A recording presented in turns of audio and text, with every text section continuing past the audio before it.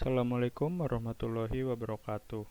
Pada kesempatan kali ini, kelompok kami akan mempresentasikan sebuah artikel review dengan judul Analisis Efektivitas Aliran Laminar dan Turbulen pada Turbin Air maupun Angin dengan variasi sudut kemiringannya.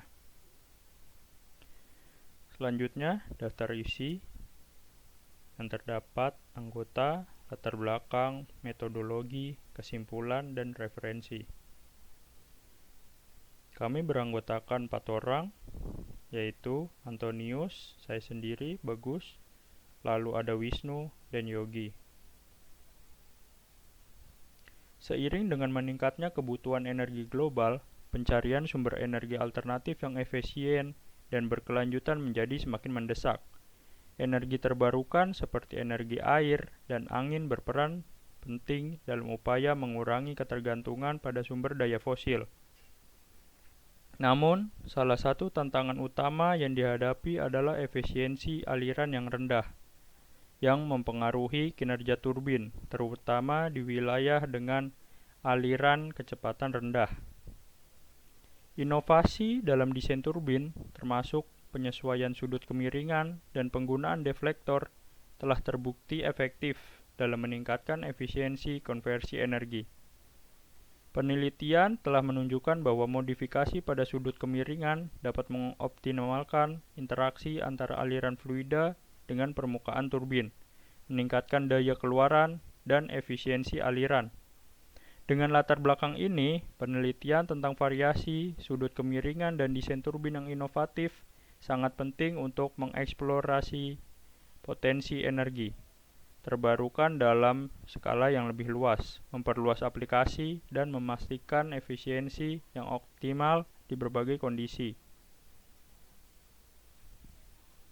Selanjutnya, metodologi akan dijelaskan oleh Yogi. Baik, selanjutnya yaitu metodologi. Pada review jurnal kali ini menggunakan metodologi simulasi JFD dan eksperimen turbin lepas pantai, GWVT, dan turbin Savonius. Untuk parameter sendiri yaitu menganalisis sudut kemiringan dan pengaruh pada efisiensinya.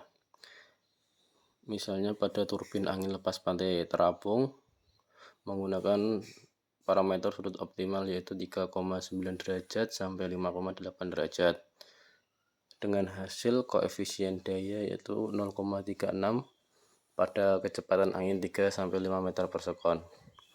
Efek dari penggunaan sudut tersebut mengurangi kebutuhan sistem pitch, memanfaatkan sudut kemiringan variabel dan efisiensi, serta sesuai untuk wilayah dengan kecepatan angin rendah. Selanjutnya jurnal Gravitational Water Vortex Turbine, yaitu menggunakan sudut modifikasi inklinasi 60 derajat busur 90 derajat dengan menghasilkan daya maksimal 26,01 watt, efisiensinya 28,1%. Pada turbin ini yaitu termasuk turbin ramah lingkungan dan cocok untuk daerah terpencil serta sesuai untuk wilayah dengan kecepatan angin rendah juga. Kemudian yaitu ada turbin hidrokinetik Savonius dengan deflektor.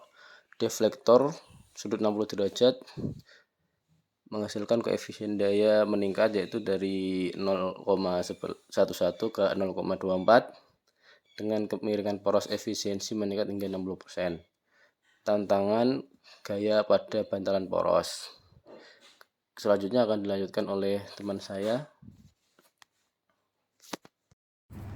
Baik, selanjutnya adalah bagaimana hasil dan kesimpulan dari ketiga metode tersebut.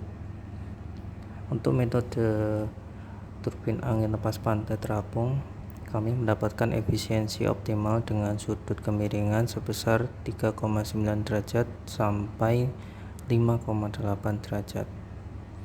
Lalu dari metode GWVT mendapatkan sudut inklinasi sebesar 60 derajat dan sudut pada busurnya sebesar 90 derajat akan meningkatkan daya dan efisiensi energinya.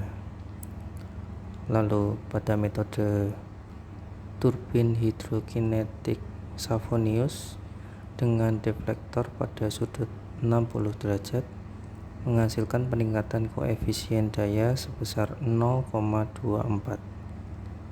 Jadi kesimpulannya, jika kita menggunakan variasi sudut dan desain yang inovatif akan meningkatkan efisiensi energinya. Lalu potensi pengaplikasian dengan metode-metode yang terbarukan akan berpengaruh pada kemampuan pengolahan energinya. Lalu tidak lupa juga harus diteliti lebih mendalam dari segi komponen penunjang lainnya untuk lebih baik dalam segi pemanfaatannya.